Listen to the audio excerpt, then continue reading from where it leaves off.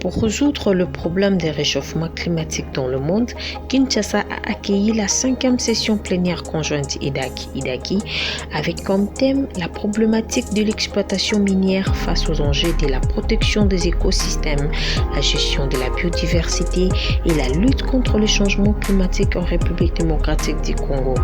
Notons que la République démocratique du Congo possède divers écosystèmes dont le forêt dense, savane boisée, le tourbière qui séquestre à leur tour de millions de tonnes de carbone et contribue à atténuer l'impact du changement climatique mondial. Pour votre information, le tourbière qui couvre le bassin du Congo constitue l'un des écosystèmes les plus riches sur Terre. Signalons que, au regard de l'exploitation forestière et minière, la RDC stocke 30 milliards de tonnes de carbone et plus de 10 000 espèces de plantes, 400 espèces de mammifères, 1000 espèces d'oiseaux et 700 espèces de poissons. La RDC à lui seul détient 30% des espèces végétales et 80% des espèces de poissons qui ne se retrouvent nulle part dans le monde.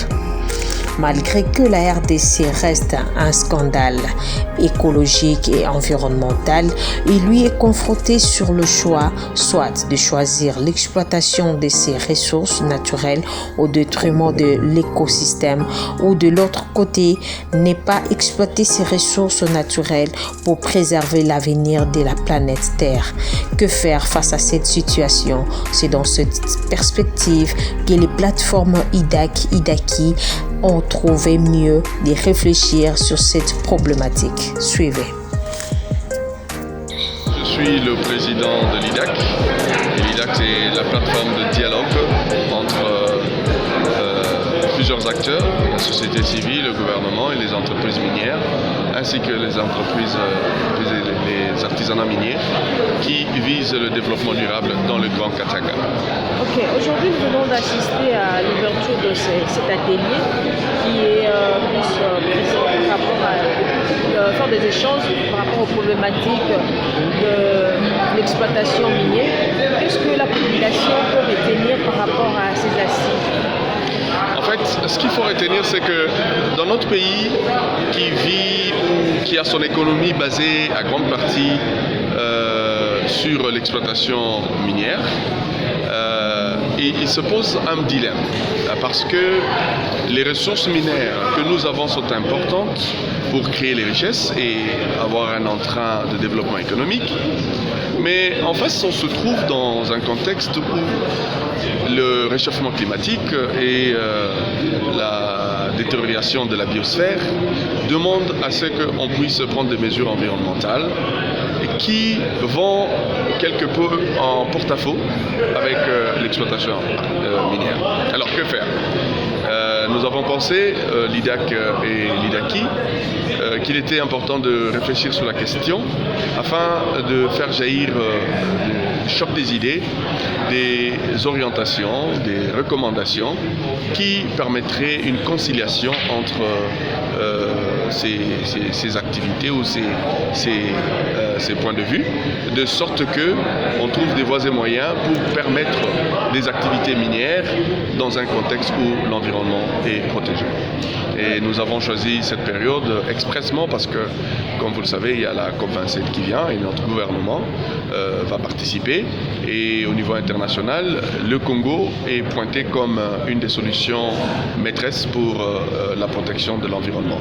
Alors il est important que le Congo en Ayala aille d'une façon préparée avec des arguments avisés et sache comment défendre notre pays pour qu'elle puisse profiter de cette opportunité pour entrer dans le concert des nations et prendre une place considérable. Il y a une question phare qui est intervenue lors du débat. C'était de savoir, est-ce qu'il est permis aujourd'hui, est-ce que c'est possible de faire l'exploitation minière dans des zones protégées? Je crois que Mme Tina a répondu à cette question parce que c'est une question très complexe. Maintenant, dans le contexte où nous parlons de l'environnement en général, mais la particularité des aires protégées laisse certaines inquiétudes d'avoir des activités dans ces zones. Mais est-ce qu'on a poussé des réflexions au fond? Est-ce qu'on a analysé complètement ou bien est-ce qu'on veut se baser seulement sur la législation? Les lois sont là, elles sont faites par les hommes, mais les mêmes hommes qui peuvent réfléchir et trouver, n'est-ce pas, des solutions qui peuvent faire modifier la loi et permettre que certaines choses qui aujourd'hui n'étaient pas possibles le deviennent demain. Je vais vous donner un exemple. Vous avez appris que l'Europe est en train de rentrer dans le nucléaire. Ils ont promis qu'ils vont arrêter le nucléaire à la fin de cette année. Mais ils veulent prolonger. Pourquoi? Ils veulent rentrer au charbon. Ça fait des années qu'ils ont pris des décisions de ne plus aller au charbon. Ils y rentrent. Pourquoi? Parce qu'il y a une crise énergétique sans précédent qui a été créée à cause de la guerre. En face, ils ont des populations qui ont besoin d'énergie, parce que s'il n'y a pas d'énergie, elles vont mourir.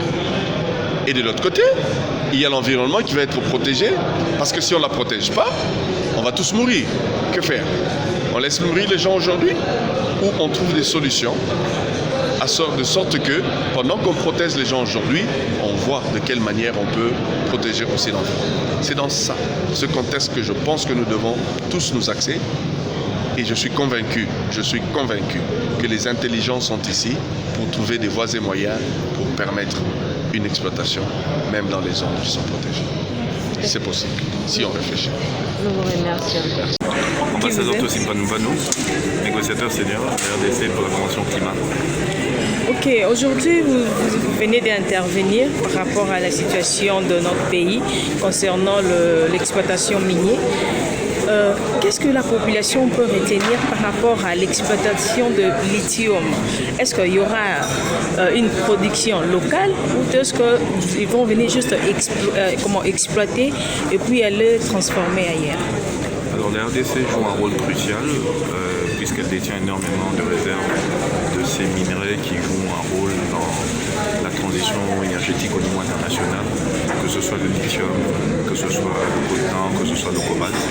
Il est important que la RDC se positionne stratégiquement pour s'assurer qu'il y ait une grande valeur ajoutée au niveau local et que l'on arrête avec le modèle où il y a une petite production, il y a une petite transformation et cela est exporté pour qu'il y ait une grande transformation, une grande valeur ajoutée à l'étranger. Donc la RDC se doit de négocier fermement et s'assurer qu'il y ait suffisamment d'énergie pour la transformation au niveau local et suffisamment de compétences pour accompagner cette transformation. Et par en un mot, RDC, pays solution. La RDC est un pays solution effectivement parce que nos 155 millions d'hectares de forêt tropicale humide jouent un rôle de stabilisation du climat. La RDC a également un potentiel énorme en termes d'énergie renouvelable, 100 000 MW en termes d'hydroélectricité, 90 000 MW en termes d'autres types d'énergie renouvelable, solaire, éolien, géothermie, biomasse, gaz, méthane. Et la RDC détient des minerais stratégiques qui permettent de décarboner les grandes économies émergentes.